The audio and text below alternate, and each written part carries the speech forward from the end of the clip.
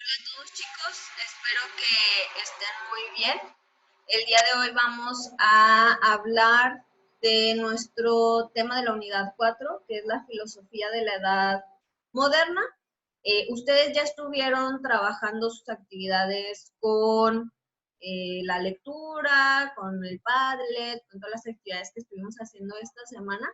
Entonces, el día de hoy toca explicar como tal el tema. Sé que ha sido un tema un poco complejo porque esta semana o en esta unidad estamos viendo a 4 autores, a Descartes, a Hume, Kant y Hegel. Entonces, sé que son muchos autores, sé que son muchas ideas, pero hemos estado tratando de hacerlo lo mínimo, quedarnos con las ideas principales de cada una de sus teorías y tratar de irlo acomodando a esa época en la que están y a esas ideas que ellos tienen.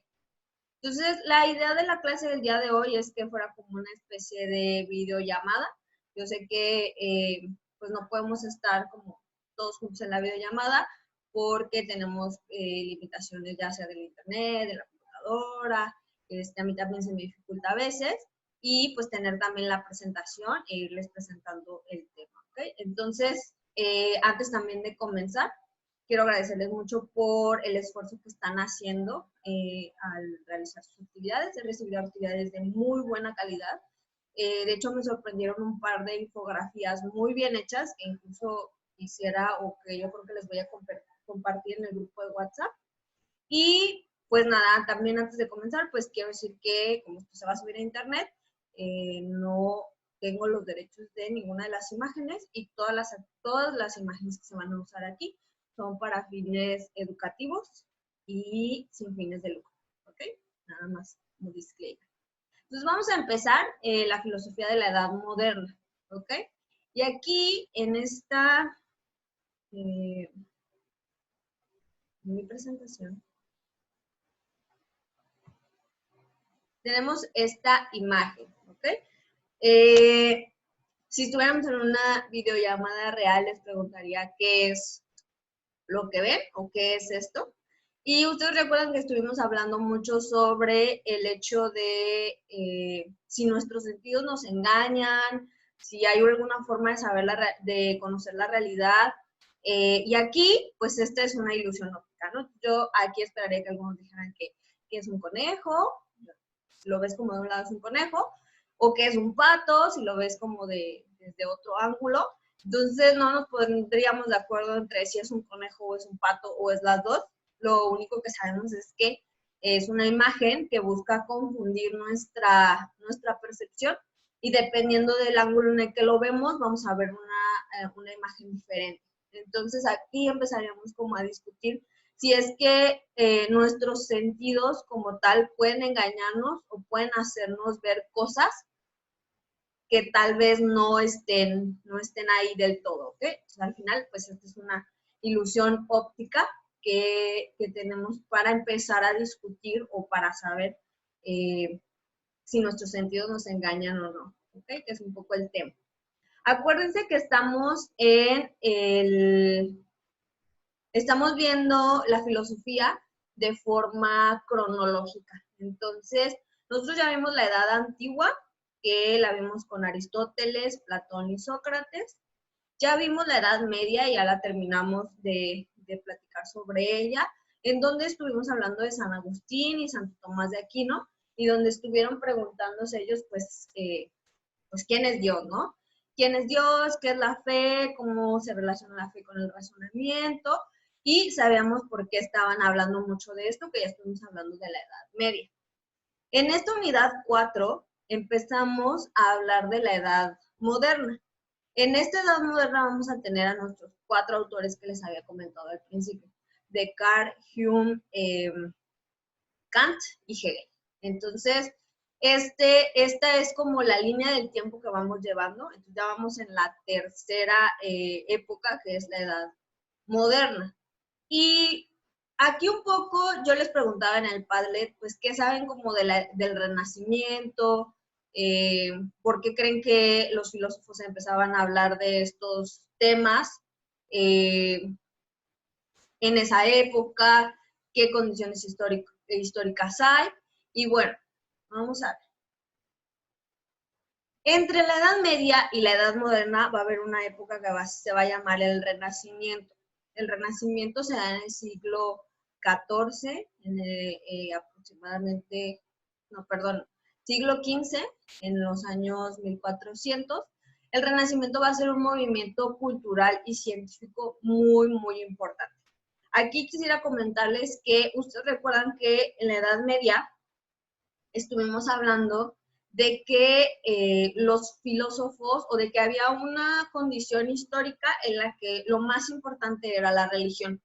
Entonces, un poco este poder que tenía la religión, pues hacía que no se pudiera hablar o investigar de ciertas cosas, ¿ok? Había muchos límites para hablar de algunas cosas, y esos límites hacían, bueno, ya saben, ¿no? Que era un poco como, no se puede hablar de esto porque es brujería, o es hechicería, o es del demonio. Entonces, había muchos temas que la iglesia y la religión no querían que se investigaran por este hecho de que ellos creían que eso era malo, ¿no? Entonces, en el Renacimiento empieza a decaer un poco el poder de la iglesia, y lo que sucede es que entonces empiezan a desarrollarse mucho las artes, las ciencias, se empieza a conocer más sobre el cuerpo humano, se desarrolla la medicina, se desarrollan muchas ciencias.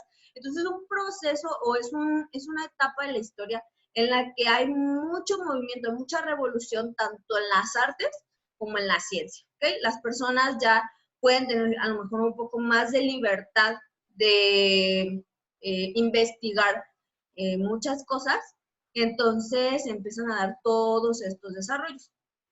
A raíz de eso se da, o uno de los inventos más importantes en esta época es la imprenta. Entonces recuerden que la imprenta, o sea, antes, pues los libros no estaban al alcance de cualquier persona. No cualquier persona tenía libros, porque hacer un libro era muy caro. Si no había una imprenta, imagínense el hecho de hacer un libro, cuánto tiempo podía costar si lo tenían a lo mejor como que, no sé, escribir a mano y pasarlo y hacerlo como muy artístico, porque era algo que solamente la gente con mucho poder y con riqueza tenía. A partir de la imprenta, pues ya se pueden imprimir muchos más libros, digo, tampoco era como las impresoras que tenemos actualmente, pero sí ya se pueden imprimir mucho más libros, y eso va a hacer que la cultura, que las ideas de los filósofos vayan llegando a mucha más gente, y mucha más gente se empieza a preguntar cosas sobre, pues, la vida, la filosofía, el arte, la medicina. Entonces, es una época muy, muy importante que se da entre la Edad Media y la Edad Moderna. Y con esto vamos a entender un poco las ideas que tienen nuestros filósofos de esta época.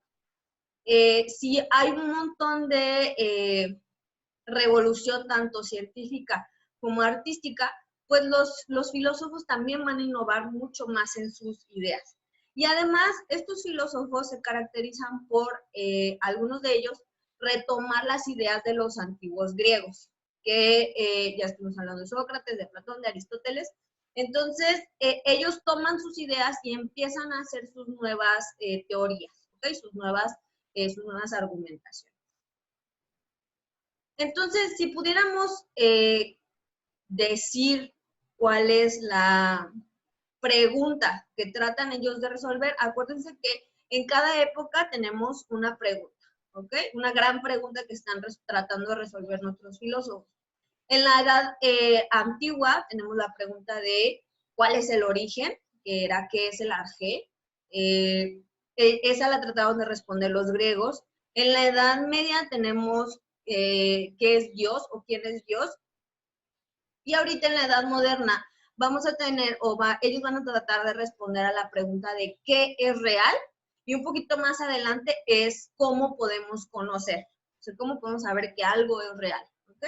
Entonces, esta es la gran pregunta y esta quiero que sea como la guía que nos haga ir acomodando las ideas de los autores en esta gran pregunta que ellos tratan de resolver.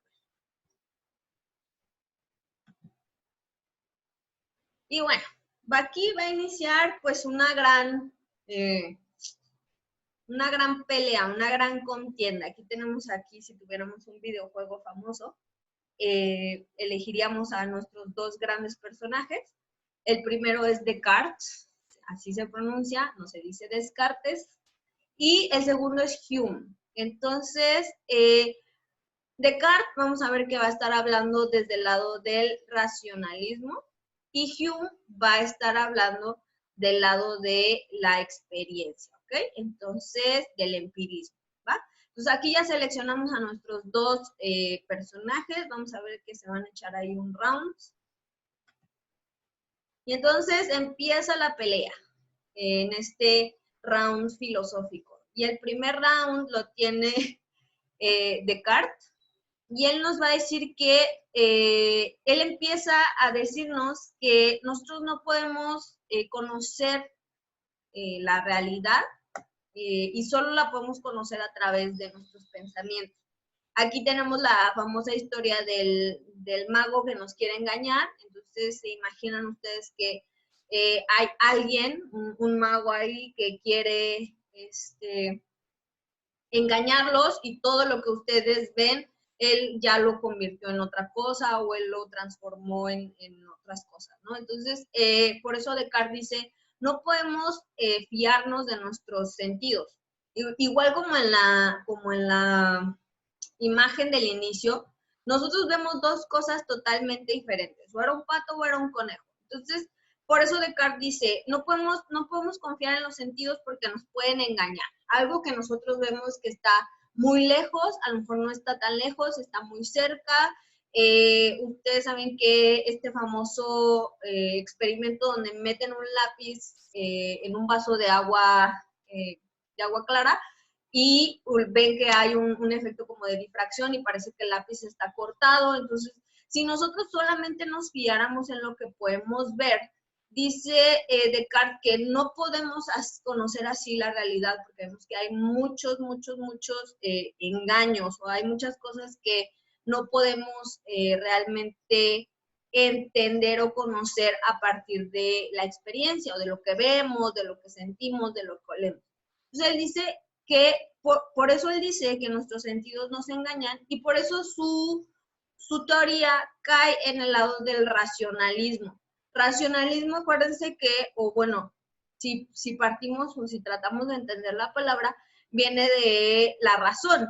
Entonces, él va a decirnos que la razón es lo más importante para poder conocer la realidad o para decir que algo es real. ¿Okay? Entonces, por eso se llama racionalismo, y por eso él dice no podemos confiar en los sentidos. Lo único que podemos confiar es en nuestros pensamientos y en cómo producimos estos pensamientos que nos van a hacer llegar a la realidad. Y por eso él, pues saca escribe sobre su método cartesiano. En su método cartesiano, él nos habla de 4 pasos. Y esto creo que los tuvimos bastante claros. El primer paso del método cartesiano es tratar de evitar la precipitación. Nosotros podemos ver muchas cosas, y esto ustedes ya me lo habían comentado en la mayoría de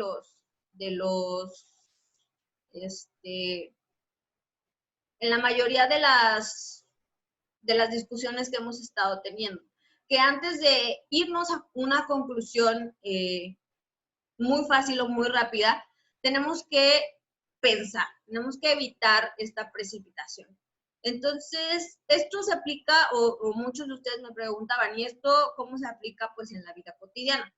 En la vida cotidiana se va a aplicar de muchas formas. Desde que ustedes me hablan de que a veces nosotros decimos cosas que no queríamos decir ante cierta situación, si nosotros pudiéramos aplicar el método cartesiano ante algún problema que nosotros tenemos, tal vez podríamos sacar unas mejores conclusiones y tener unas mejores acciones.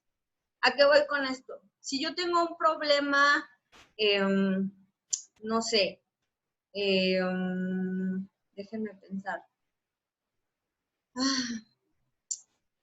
Pues no sé, un problema, ¿ok? Pienso también en que nos puede ayudar en cuestiones de proyectos. Creo que este método es algo que nos puede ayudar mucho para realizar nuestros propios proyectos, ¿no? Ok, ya se me ocurrió más o menos alguno, vamos a ver si sale el ejemplo. Digamos que la mayoría de ustedes se está enfrentando a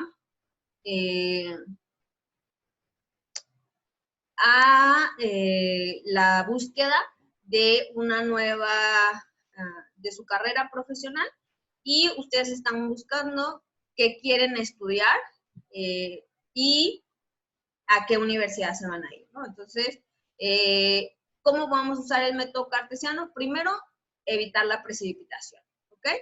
Calmarnos, hacernos muchas preguntas y empezar a decir, bueno, a ver, ¿qué carrera quiero estudiar? ¿Por qué quiero estudiar esa carrera? No sé, empezar a comentar o a investigar tal vez un poco sobre las diferentes carreras que hay en las universidades. No luego decir, sí, ya esta carrera es la que quiero estudiar para siempre y ya, no me importa. O del otro lado, decir, bueno, no puedo estudiar ninguna carrera porque yo no soy bueno para nada y cosas así, ¿no? Entonces, no caer en esa precipitación. Después de eso, hay que dividir el problema. Entonces, si yo divido el problema en categorías, es mucho más fácil poder solucionarlo o poder buscar alguna solución o sacar alguna conclusión. Entonces, si yo divido el problema en, a ver, tengo 3 carreras que me gustan mucho. Entonces, quisiera elegir entre una de esas 3 carreras. Bueno, voy a dividir los beneficios, las dificultades, tal vez el costo de los materiales, tal vez también pienso en, pues si va a ser una carrera en la que tengo que leer mucho o en la que tengo que resolver problemas matemáticos, qué es lo que a mí más me llama la atención, ¿no? Y a partir de ya tener esta división en varias categorías, ya podemos ordenarlas. Y ordenarlos de manera jerárquica es siempre ordenar de lo más importante o de lo más relevante a lo menos relevante. Entonces, si aplicamos alguna jerarquía, entonces tal vez podemos decir, bueno, esta carrera a mí me gusta mucho, tiene las características que yo quiero estudiar y además ofrecen una beca para estudiar. Entonces, esa puede ser la de mayor jerarquía y luego las demás. Y realizar enumeraciones es empezar a juntar todas estas conclusiones que nosotros vamos sacando para tomar una mejor decisión o para sacar una conclusión lo más completa posible. ¿Okay? Ese sería como el último paso. Entonces, ya después de que ordené, ya en una jerarquía, ya puedo decir, bueno, estas 2 carreras se parecen mucho, en esta me ofrecen una beca, entonces puedo estudiar esta carrera y complementarla con cursos de la otra carrera, no sé. Entonces ahí ya se surge algo más completo y ya tenemos una solución a una problemática que nosotros tenemos. Entonces de esta forma podríamos usar el método cartesiano en la vida cotidiana.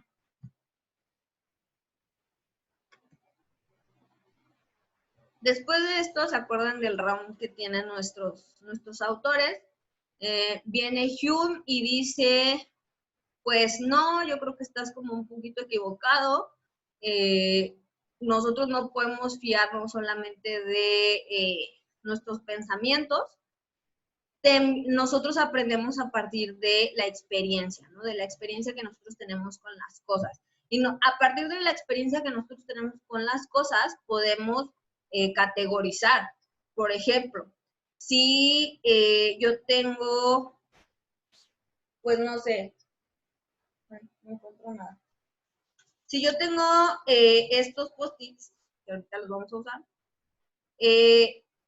puedo decir que este color es naranja porque lo he visto en diferentes lugares y porque me han dicho que es naranja. Entonces, a partir de estas ideas, a partir de estas impresiones que él le llama, o a partir de esta experiencia que nosotros tenemos con las cosas, es a partir de lo que nosotros podemos conocer. Podemos conocer características como la dureza, la elasticidad, podemos conocer los colores, las cosas, la temperatura, si es caliente, si es tibio, si es frío. Entonces, esto solo se da a través de los sentidos. Nosotros no podemos definir alguna cosa a partir de solo pensarla, ¿ok? O aprenderla a partir de solo pensarla.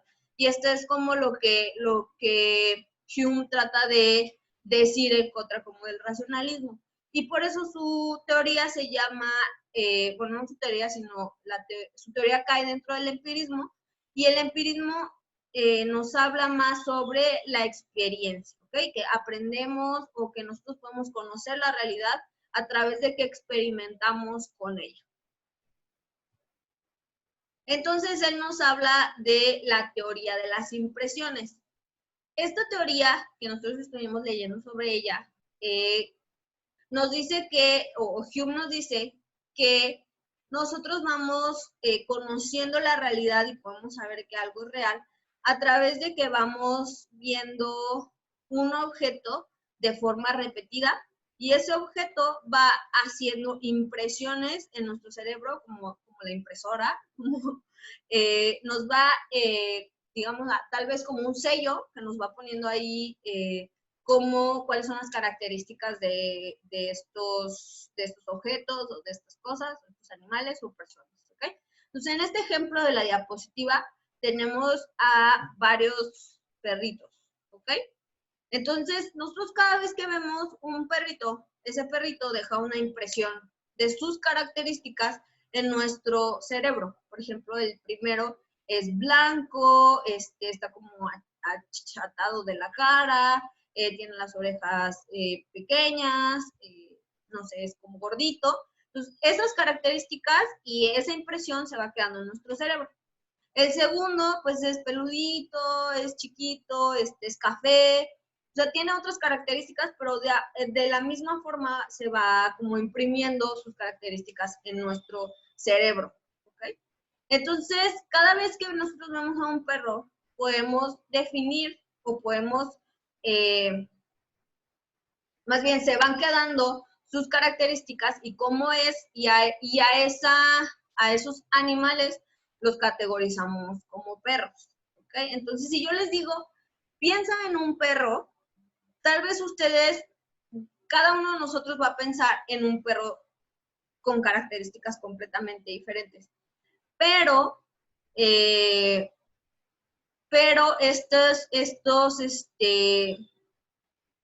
estas características de cada uno de los perros que nosotros hemos visto, pues se han quedado en nuestra mente, y a partir de eso nosotros podemos decir, pues un perro tiene 4 patas, tiene orejas y tiene pues una cola y tiene como un cuerpo alargado, no sé, ¿no? Entonces, cada uno de nosotros va a pensar en un perro con características diferentes.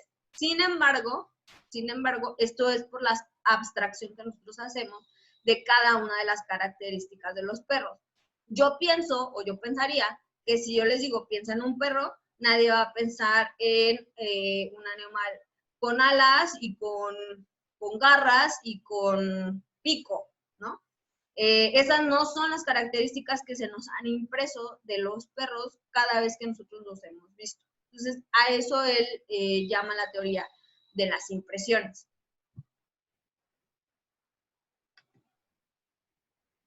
Y pues ven que estaban nuestros personajes ahí como en una pelea que parecía que no iba a tener fin, hasta que llegó Kant, y Kant dice que este debate entre el racionalismo y el empirismo, y que si lo más importante es la razón o lo más importante es la experiencia para conocer la realidad, él dice que pues eso no tiene mucho sentido.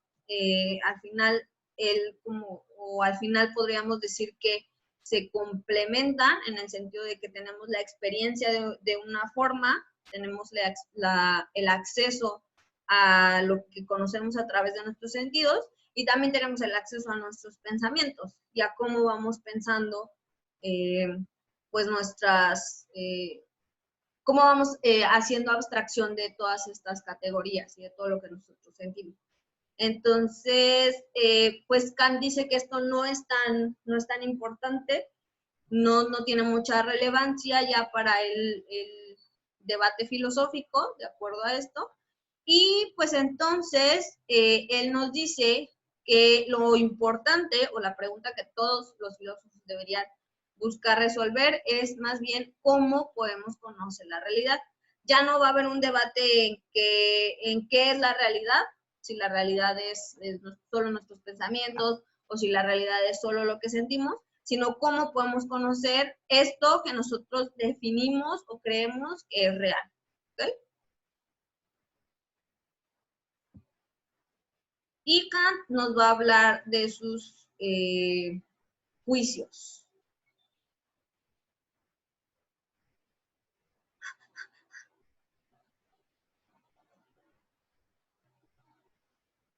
Ay, sigo grabando.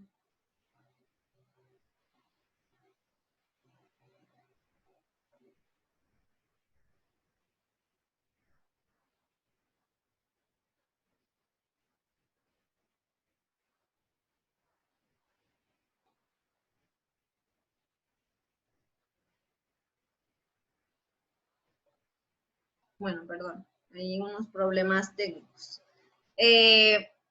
Ok, entonces tenemos la teoría de los juicios de Kant, y Kant nos va a hablar de 4 tipos de juicios: los juicios a priori, a posteriori, analíticos y sintéticos. ¿Okay?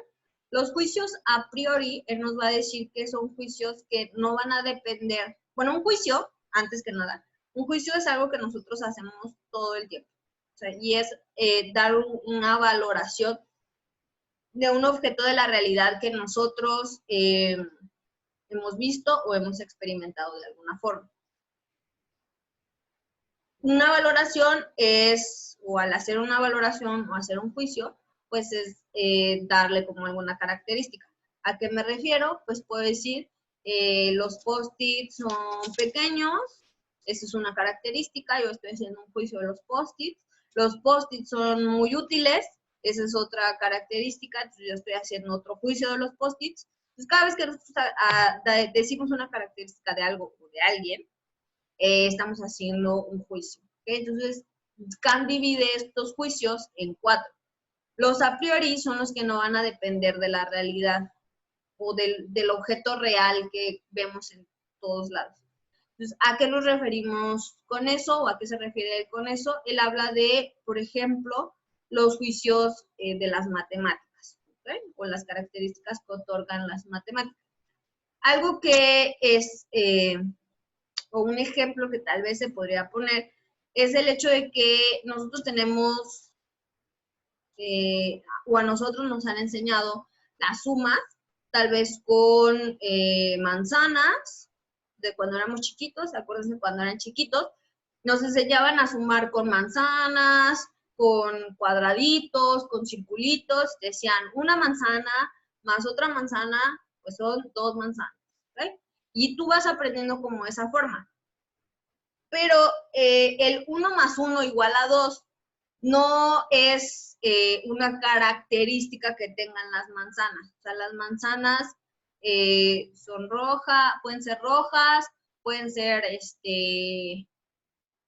redondas, pero su característica no es el número 1. ¿Okay?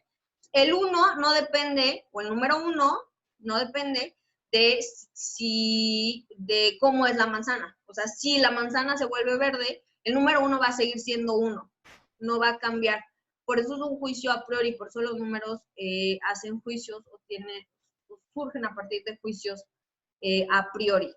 ¿Okay?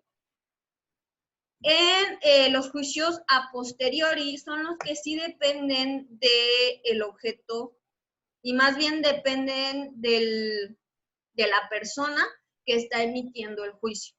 ¿ok? ¿Cómo podemos saber que es un juicio a posteriori? Porque nosotros damos una característica a el objeto que estamos viendo, que estamos experimentando. Por ejemplo, o un ejemplo sería un amanecer, o sea, el paisaje este que vemos en la diapositiva, no sé si se vea, el paisaje este que vemos en la diapositiva, yo puedo decir, este es un paisaje que es hermoso, pero el hecho de que ese paisaje sea hermoso depende de mí, Ilse, que yo le estoy dando esa característica de hermoso a eso que yo estoy viendo. Puede haber otra persona que ese paisaje no le parezca hermoso, que más bien lo que a él le parece hermoso es el fútbol, y eso también está bien, pero depende de esa persona que está emitiendo ese juicio, ¿ok? Entonces, los juicios a posteriori dependen de quién está haciendo el juicio, ¿ok? Entonces, por ejemplo, sí, y aquí ya podemos establecer la diferencia entre los a priori y los a posteriori. Independientemente de que yo sea Ilse, sea maestra de filosofía, o sea estudiante, o sea, no sé, venga de un país extranjero o hable un idioma tal vez como, no sé, árabe o cualquier cosa, eso nunca va a cambiar el hecho de que 1 más 1 es igual a 2. O sea, nunca va a cambiar las propiedades de los números. Entonces, por eso estos juicios son a priori, no dependen de mí, no dependen de si se cree que 1 más 1 es 2 o no. En cambio, los otros juicios, los a posteriori, sí dependen de mí. O sea, si yo, Ilse, un día me pasa algo feo mientras veo el amanecer, pues a lo mejor ese paisaje ya no me va a parecer hermoso, me va a parecer horrible. Y eso va a ser porque yo tuve un cambio en mí como persona y ya veo ese objeto de forma diferente. Esa es la diferencia. En cuestión de los juicios analíticos y los sintéticos, los juicios analíticos siempre van a estar, no, van a ser independientes del objeto que se está estudiando, y los sintéticos sí van a depender del objeto que se está observando. Bien, entonces, esto es la teoría de los juicios de Kant. Y entonces, él por eso nos va a estar hablando de estas características, o de que ya no es tan importante entender qué es más importante, si la razón o la experiencia, sino que él va a decir, pues todo es importante. Entonces, lo que vamos a hacer es mejor tratar de entender cómo producimos nuestro conocimiento sobre la realidad. Y esto él lo va a explicar a través de cómo vamos generando nuestros juicios. Entonces, para él la filosofía es muy importante, porque la filosofía va a ayudar a discernir este tipo de juicios, o cuáles juicios pertenecen a qué categoría. Realmente sé que estas teorías, especialmente las dos últimas, la de Kant y la de Hegel, son muy, muy complejas. O sea, si ustedes ven un libro de Kant, son unos tratados así de gordos, y que realmente tienen un lenguaje muy, muy complejo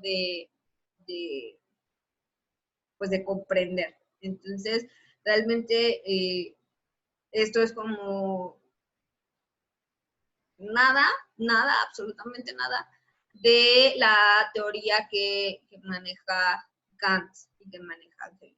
Entonces, no se frustren en el sentido de no estoy entendiendo nada, no me queda claro, no me queda 100% claro. No se frustren, por favor.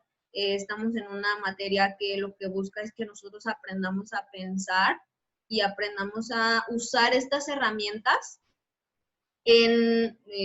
para generar nuestras propias ideas y nuestros propios juicios.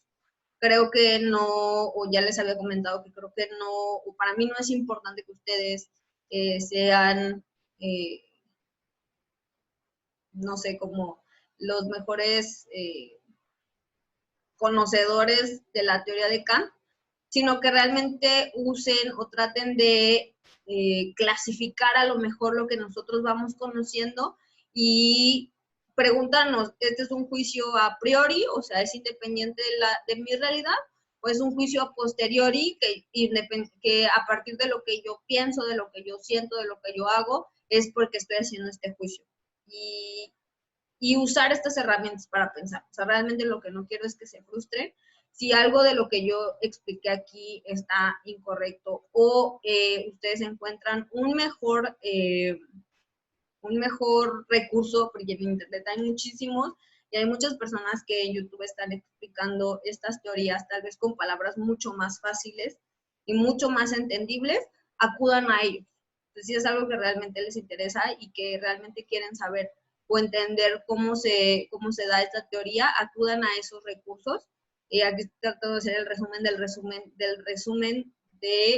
lo que estamos, de la unidad y de lo que estamos viendo. ¿Vale? Bueno, y vamos con nuestro último autor. Nuestro último autor es Hegel y él nos va a hablar de la dialéctica. Ahí ese muchachón.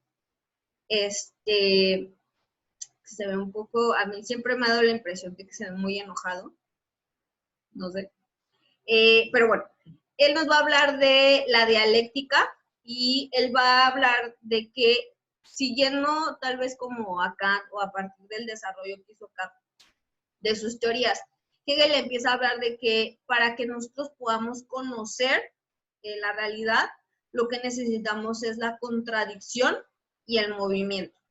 Entonces, el movimiento en el hecho de que si nosotros no como buscamos esa forma de entender o de conocer la realidad, pues en sí no habría como un movimiento.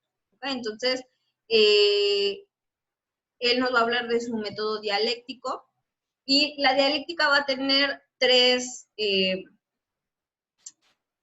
elementos: la tesis, la antítesis y la síntesis, ¿ok?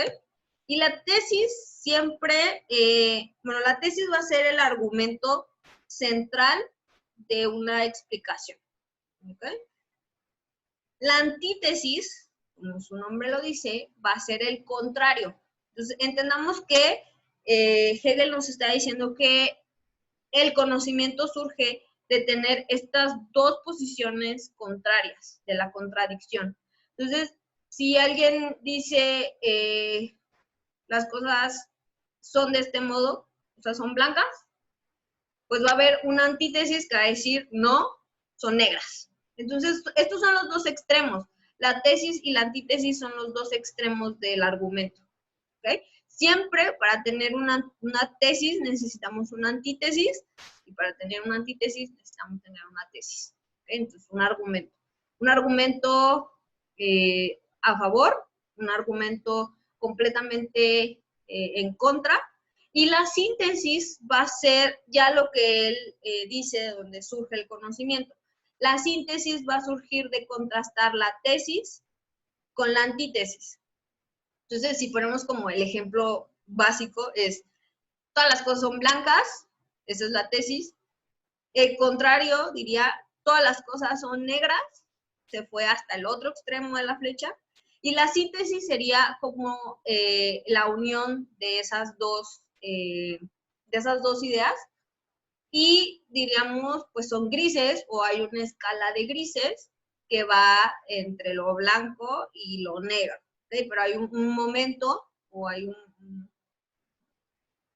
momento en el que las cosas se vuelven grises, es como un punto tal vez medio, si lo podemos decir así, pero es mucho más complejo que las dos anteriores, porque va a juntar los puntos y las ideas de cada una. ¿Okay? Entonces, por eso, para él el conocimiento va a surgir de este movimiento entre la tesis, la antítesis y la síntesis. ¿Ok? Estos términos generalmente los van a encontrar mucho en los ensayos. los ensayos, ustedes saben que son documentos en los que ustedes deben escribir una posición que ustedes tienen y deben contrastarla con quien tiene la posición contraria a la que ustedes tienen, ¿va? Y de ahí va a surgir la síntesis, que va a ser su propia conclusión, la conclusión que ustedes dan a ese argumento a partir de contrastar la tesis con la antítesis, ¿ok? Entonces, no sé, un ejemplo que podría ocurrirse, o se me podría ocurrir, de alguno de los temas que ustedes han estado como abordando, haciéndose preguntas. Tal vez el más fácil que se me viene a la mente sería el del amor, ¿no? Y digamos que yo voy a escribir un ensayo sobre el amor. Entonces, en ese ensayo sobre el amor que yo voy a escribir, voy a necesitar dos posturas, la tesis y la antítesis. Mi tesis va a ser que el amor es algo, es un sentimiento que existe en todas las personas y que todas las personas se conducen por amor y eso es lo que los lleva a hacer las acciones que hacen. ¿Okay? Esa es mi tesis, o sea, mía, de Ilse. ¿Okay? Y la tengo que contrastar, para sacar mi síntesis, la tengo que contrastar con una posición completamente contraria. ¿Okay? Entonces, la antítesis, yo podría decir que hay personas que dicen que el amor no existe y que son solo una serie de reacciones químicas que tiene el cerebro para, pues para generar apego en la sociedad, ¿ok? Entonces, tengo mis dos posturas, ¿ok? Tengo la mía, que fue como la tesis es lo mejor de la, el amor es la fuerza que mueve el mundo, y la otra, la antítesis, es el amor no existe. Entonces, tengo que hacer la síntesis. Y en la síntesis ya yo contrasto los dos argumentos, los estudio y saco mi propia conclusión. Y mi propia conclusión podría ser que el amor es una reacción química que nos ayuda a hacer acciones buenas para la sociedad. Y ya, yo estoy juntando las dos posturas y estoy haciendo una postura nueva. Esa ya sería la síntesis. ¿Okay? Espero que esté quedando como un poquito más claro. Okay. Y para finalizar, pues ustedes dejaron varias dudas en el muro que les pedí. Muchas de ellas ya se respondieron con la presentación, ya explicamos lo del método cartesiano, ya explicamos dónde vienen las teorías de Hume, ya explicamos lo de los juicios, ya explicamos muchas cosas. Las únicas que quedaron, bueno, algunas de las que quedaron que tal vez no se tocaron como en la presentación, las voy a tratar de hablar muy rápido. Entonces, una de las primeras que quería abordar es la que hicieron